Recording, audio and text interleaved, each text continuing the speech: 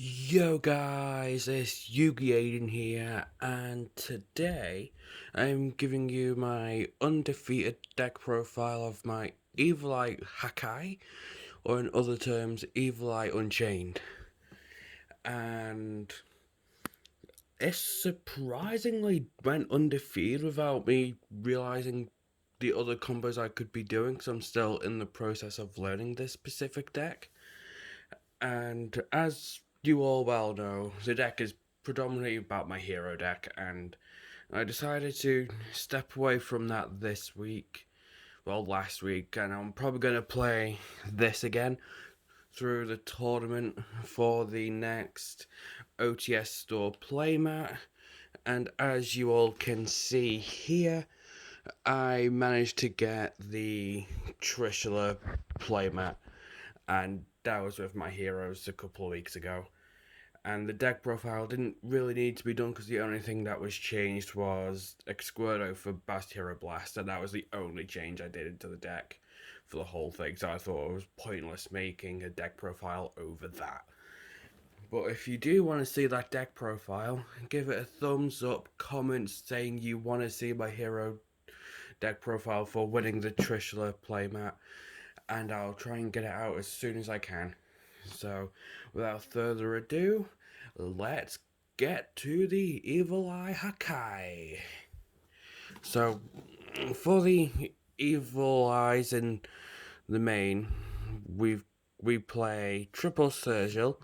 It's the quickest way to get Celine into your hand, pretty much, after you use the Evil Eye domain. And I can't pronounce the last word for it because I find it difficult.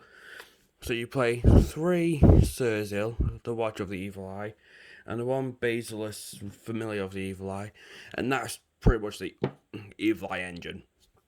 That's it for the monsters for me. Medusa is good, but that's only towards mid-late game, so you can re-special summon, not re-special, re-add in your Sergil or Basilisk from after linking or something like that. And as well, they all do gain quick effects other than Familiar of the Evil Eye. Oh, wait. Yeah, other than Beazless, he doesn't have the quick effect like Sergil to pop a special summon monster on your opponent's side of the field. Then the mandatory you have to pop a card to obviously keep it all going, which I don't mind doing. But if it's something with the Unchained, like it's mainly because of Abominable Unchained Soul. That's the only reason why. So that's it for the Evil Eye monsters. For that, then for the Unchained engine, I run 2 Abominable Unchained Soul, 2 Unchained Soul of Disaster, 1 Samara, 1 Aruha, 1 Rika. I'm still working on the complete ratios with this. I'm thinking of bumping up my Abominable Unchained Soul to 3 by removing 1 Unchained Soul of Disaster. But then with the twins, I've got no idea what the ratio is for that. Yeah, I'm still working on it. But blue and red go in hand to hand with each other very well, and it's really kind of fun, which I found out not long ago today. So I'm pretty much with blue and red, you activate red, target blue, destroy blue, then get an Unchained Soul Abominable out. Then I think his effect goes off to destroy one of your opponent's monsters when he hits the field because he's special summoned that way. And it's really handy in certain situations if you go in second, which I'm thinking of making this deck more of a go second variant. And there is cards I'm probably going to cut down so I can add in Forbidden Droplet, because it'll probably help the deck a lot more than I think it will. So I need to test that out and see how that goes. And that's it for the Unchained. And for the hand traps, it's still kind of like a control variant, so I'm still working around it. So we're running 2 Ash, 2 Vela, and 2 Ghost Ogre. Ghost Ogre's actually helped me a lot during this past Sunday, because I was facing Toons again, then Aging Gears and Cyber Dragons, and obviously that was pretty much it. And also there was me with my Evil Eye, but I can't go against myself. It was pretty much a 4 round of Swiss or 3, and I won the whole thing undefeated with this, and I'm still kind of surprised about it. But my friend Scott was surprisingly not, because he knew how the unchained part works, and I'm still in the process of learning the whole thing and making everything, make sure it's right and the right ratios and everything for the whole deck. So it's going to be very interesting to see what's going to go next. And Vela helped me a lot as well. And so did Ash when I needed it, but it didn't really come up very often, surprisingly. And there was games where I did Drew Ash, but I didn't really need it per se, but I still keep it in the deck just in case someone needs to search. And Agent Gears do need to search for a lot of things, so it's in there. So I'm thinking of maybe putting down Vela down to 1 to add in a third Ash, maybe. I've got no idea yet. But then again, Ghost Ogre, probably this format going forward, I'll probably say is the best hand trap, other than Cypher and Gear Gamma, which I'm actually still debating about putting into the main to add in for the extra hand trap situation. And you'll probably see why, because of the traps I run is probably not really meant for this format whatsoever. So that's the hand traps, and I don't have impermanence in this deck because I still use it in my heroes. If I was going to run impermanence, I need to get another playset, and I don't have the resources to get the impermanence just yet. And then for the spells for the Evil Eyes, and it's a bit of a hefty one, I would say. We run 3 of the Evil Eye Domain field spell. Then we run 1 confrontation from 2, which I had in the pure control before the ban list dropped, and Call by the Grave was at 3. 1 re-emergence, and the 1 repose. Then 2 Evil Eye of Selene. Honestly, Selene has helped a lot through this because it keeps my Surgical from being destroyed by pretty much anything and be targeted, and it's really handy when it's needed. And as well, once the Evil Eye domain's destroyed, or I think they're pretty much destroyed from the field zone to the graveyard, you get to add an Evil Eye monster from your deck, from your graveyard back to your hand, and the main target is Sergio, so you can get the Selene or a different Evil Eye spell or trap card from your deck to your hand, and you mostly go for Selene. And I am thinking of getting a third one just to make sure, just in case these 2 have been gone, even though I can revive them by paying 1,000 life points. But the only reason why Selene is still being at 2 for my build is because you have to lose 500 each time you use the quick effect off Sergil or any other Evil Eye monster or spell or trap card you're activated, because the Sergil will gain 500 attack points, so it's equivalent exchange. So, say if Selene was out on board equipped to Sergil and I activate the field spell, after the field spell's gone, I have to lose 500 and Sergil will gain 500. It'll just go from there. And Sergil's is a hard once per turn quick effect, so you can activate it during your turn or your opponent's turn, but you can only do it once that turn, and it's frustrating because you have to figure out which one to hit. And luckily I didn't see any needle fibers, but I did see a Dragoon, and I struggled playing through that, and I had to scoop that game on because Dragoon was just a nightmare. I couldn't get over it. But game 2 and 3, I managed my luck through it, which is still heavily surprising for me. Then we've just explained why the Selenes is pretty much there to protect Sergil, and the Evil Eye Repose, that's just pretty much there to get a token out to either go into a Gorgon or the one with Z, not S, or evil-eyed. And then repose is there just to get an extra draw one. Pretty much that's the only reason why I'm running it. And if it's, then I'm just reading it really quickly. I can banish the opponent's monster if I have Sleens on board, if I have an evil eye equipped with it, which is most likely Zerzel. And I can target up to 3 banished evil eye cards, then return it to the graveyard, and can activate one of these per turn. And that's completely fine, because I'm not thinking of running more than one of this at the moment, unless I was going to make a pure variant of Evil Eyes. If you want me to build that variant, comment down below saying build it, test it, and get a deck profile of it as soon as possible, and I'll definitely do my best for that. And then the confrontation, my god, this was helpful in so many situations, because I used this to get rid of Toon Kingdom, and I think it does say target. Yeah, it has to target, and I didn't think I explained that, so I need to double check Toon Kingdom as well and see how the interaction goes. So we go from there, and if I have Celine's on board, it's banished, and it's like, yes, that's one less Toon Kingdom to deal with. Then that's it for the Evil Eye spell cards, which I think is good enough, honestly. Then for the Unchained, it's only 4, because the rest is pretty much to help me get to Sergio and the field spell quickly enough and get that combo going, which is very short. For this, I run 3 Abominations Prison.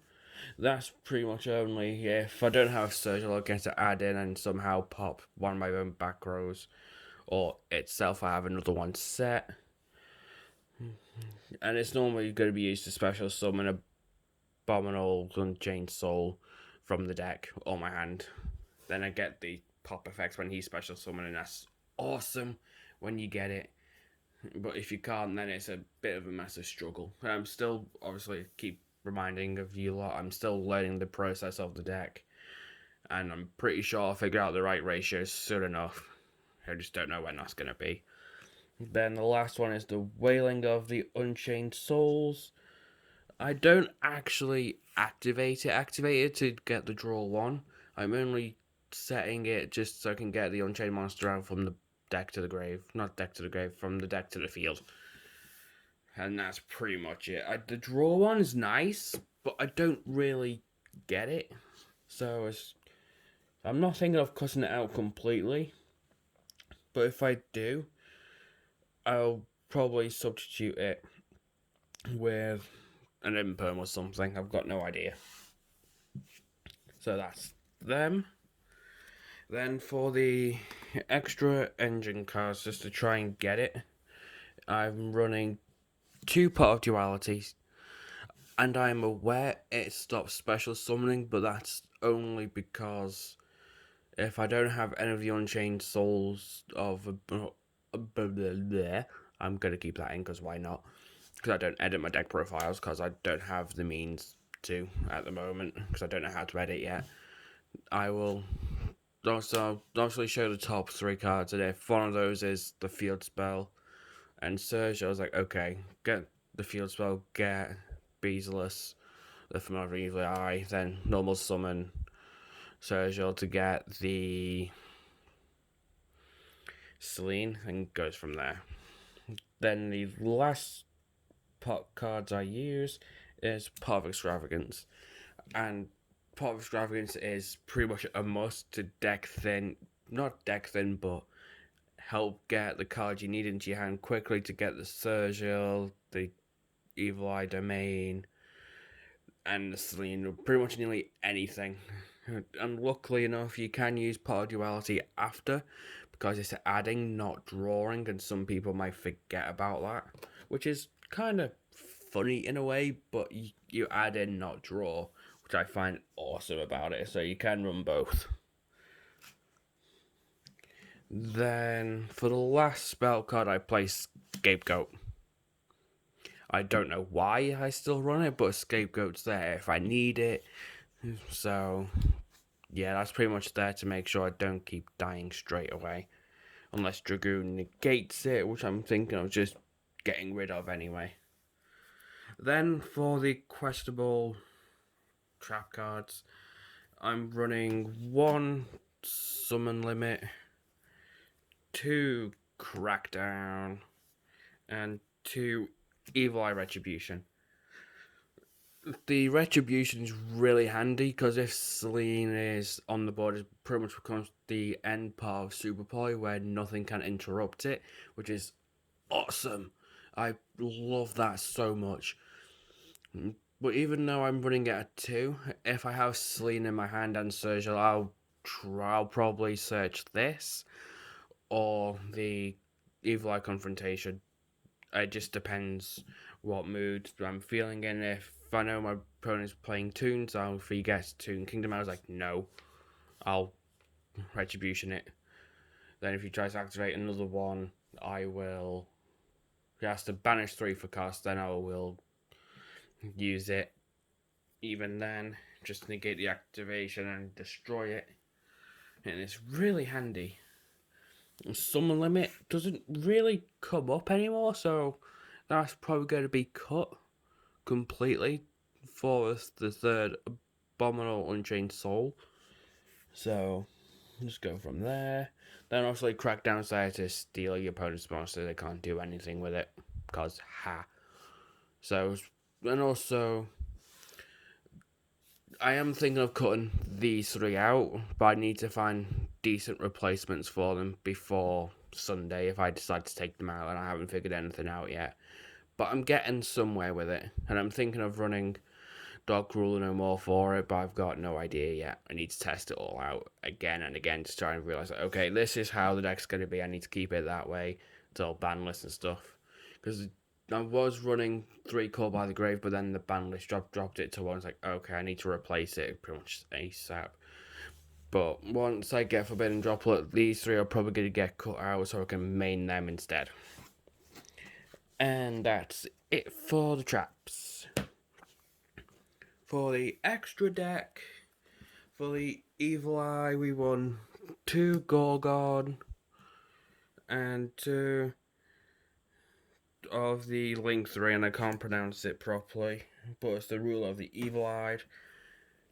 I very rarely actually summon these for some reason, because I normally just keep Sergil and that's pretty much it. But if I'm really wanting to do damage, I will link away the Sergil and do 26-26. Because it's really funny that way for some reason. I don't understand why, but I just find it highly entertaining. And that's pretty much that for the Evil Eyes. Even though Gorgon gets 200 or 3... No, wait. It's 100 per Evil Eye in the graveyard. And to be fair, if I have all 3 Sergils and my Beezless in the graveyard and I just use a token, then it's only going to have like 2300. And it's pretty much pointless. So, that's that. And they do gain effects when Evil Eye Celine's equipped. The Link 3, I can target one of my opponent controls, destroy it. And once it's activated during the standby phase, negate the effect of one effect monster this card currently points to. And that, even though there's probably nothing always pointing in front of it, so there's no point. And I try and keep away of the down left, down right. But if there's stuff in there, I'm not going to negate any of my monsters. Because even though it's mandatory, I'm going to have to negate 1. And I don't like doing that. Then for the Unchained, we run 2 Unchained Soul of Rage, 2 Unchained Soul of Anguish, and 2 Unchained Abomination. The only reason why it's all 3 of these dogs are running at 2 is because of Part of Extravagance. And I am thinking of bumping them all to 3, because there has been points where both of them has been banished because of Part of Extravagance. So it's kind of like, oh, well, that's not very nice. But if I do that, I need to get the extra deck space and just hope it'll work very well. And then for the last of the extra deck, and I had no side deck for this whatsoever because I entrusted with it without it needing one, and it still surprised me not needing one. Then we run the Link Karibo, Link Spider, Boral Sword and Boral Load, and then just for shits and giggles, one Black Rose Dragon. I do not know why I run Black Rose, other than it's a rank 7, and if I wanted to synchro summon, I'll just randomly synchro summon into it. Like, why are you synchro summoning for Black Rose? It destroys everything. It's handy. So, but I didn't go into Black Rose, but it's just in there if I feel like going into synchro summoning, if I feel like it.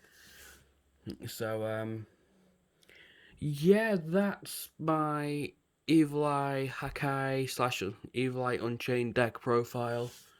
I hope you guys enjoyed it. If you do, give this video a thumbs up, subscribe, press the bell notification thing so you get notified when I upload a new video. I know I'm getting more, I would say more frequent, but I'm still on the verge of trying to make sure I get everything properly sorted out. But anyway, like, subscribe, comment down video suggestions for deck profiles, and there may be a preview box opening of Phantom Rage. I don't know yet. If there is, I will try and get it up as soon as possible, and I will go from there. So, this has been Yugi Aiden. Peace.